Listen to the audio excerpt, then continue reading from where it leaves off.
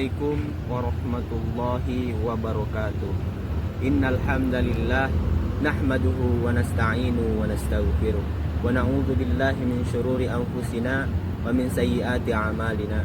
May yahdihil fala mudilla lahu wa man yudlil fala hadiyalah. Asyhadu an la ilaha illallah wa asyhadu anna Muhammadan abduhu wa rasuluh. Amma ba'du. Pertama-tama, yang paling utama, di atas yang paling utama, marilah kita panjatkan rasa puji syukur kita atas kehadirat Allah Subhanahu wa Ta'ala yang telah memberikan kita berbagai kenikmatan, termasuk nikmat kesehatan dan kesempatan, sehingga kita dapat beribadah secara khusyuk tanpa kendala apapun. Salawat serta salam tak lupa kita haturkan kepada junjungan kita, panutan kita, suri tauladan kita, yakni baginda Nabi besar Nabi Muhammad sallallahu alaihi wasallam. Hadirin yang dirahmati Allah Subhanahu wa Ta'ala, pada kesempatan yang berbahagia ini, izinkan saya menyampaikan beberapa hal mengenai pentingnya sabar dalam menghadapi cobaan. Sabar adalah salah satu sifat mulia yang sangat dianjurkan dalam Islam. Allah Subhanahu wa Ta'ala berfirman dalam surah Al-Baqarah ayat 153 yang berbunyi, A'udzu billahi minasy syaithanir rajim. Ya ayyuhalladzina amanu ista'inu bis-sabri was-salah. Innallaha ma'as sabirin. Shadaqallahul azim. Artinya, hai orang-orang yang beriman, jadikanlah sabar dan sholat sebagai penolongmu. Sesungguhnya Allah beserta orang-orang yang sabar. Ayat ini menunjukkan betapa pentingnya sabar sebagai penolong dalam kehidupan kita sehari-hari. Sabar bukan hanya berarti menahan diri dari marah atau kecewa, tetapi juga meliputi ketabahan hati dalam menghadapi berbagai ujian dan cobaan yang datang dalam kehidupan kita.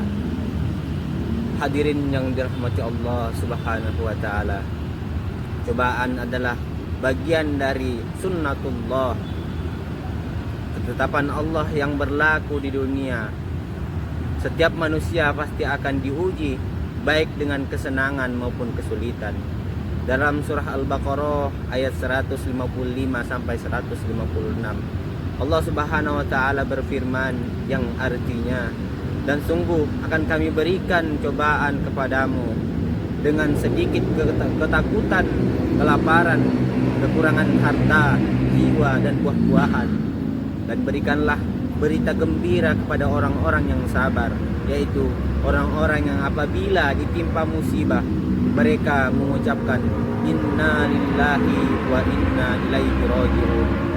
Ayat ini mengajarkan kita untuk bersabar dan mengembalikan segala urusan kepada Allah ketika menghadapi musibah. Mengucapkan inna lillahi wa inna ilaihi raji'un adalah bentuk pengakuan bahwa kita milik Allah dan kepadanya kita akan kembali. Ini juga mengingatkan kita bahwa segala sesuatu yang kita miliki adalah titipan dari Allah dan sewaktu-waktu bisa diambil kembali olehnya. Hadirin yang dirahmati Allah Subhanahu wa Ta'ala, sabar dalam menghadapi cobaan juga menuntut kita untuk tetap berusaha dan tidak menyerah. Sabar bukan berarti pasrah tanpa usaha, melainkan tetap berusaha sambil berserah diri kepada Allah atas hasil yang akan kita peroleh. Rasulullah Shallallahu Alaihi Wasallam bersabda dalam sebuah hadis yang diriwayatkan oleh Imam Muslim, yang artinya, sesungguhnya besar pahala itu sesuai dengan besarnya ujian, dan sesungguhnya apabila Allah mencintai suatu kaum, Dia akan menguji mereka. Barang siapa yang ridho, maka baginya ridho Allah, keridhaan Allah, dan barang siapa yang murka, maka baginya kemurkaan Allah Subhanahu wa Ta'ala. Hadis ini mengajarkan kita bahwa setiap cobaan yang kita hadapi adalah tanda cinta Allah Subhanahu wa Ta'ala kepada hambanya, Oleh karena itu, kita harus ridho dan sabar dalam menghadapi setiap ujian tersebut. Hadirin yang dirahmati Allah Subhanahu wa taala, mari kita selalu berusaha untuk menjadi hamba yang sabar dalam menghadapi cobaan. Semoga Allah Subhanahu wa taala senantiasa memberikan kita kekuatan dan kesabaran dalam menjalani setiap ujian yang datang. Amin ya rabbal alamin. Demikian yang dapat saya sampaikan. Apabila ada kekurangan, itu datangnya dari saya pribadi. Jika ada kelebihan, itu datangnya dari Allah Subhanahu wa taala. Akhiru kalam, Allahul muwaffiq ila aqwamit thoriq. Assalamualaikum warahmatullahi wabarakatuh.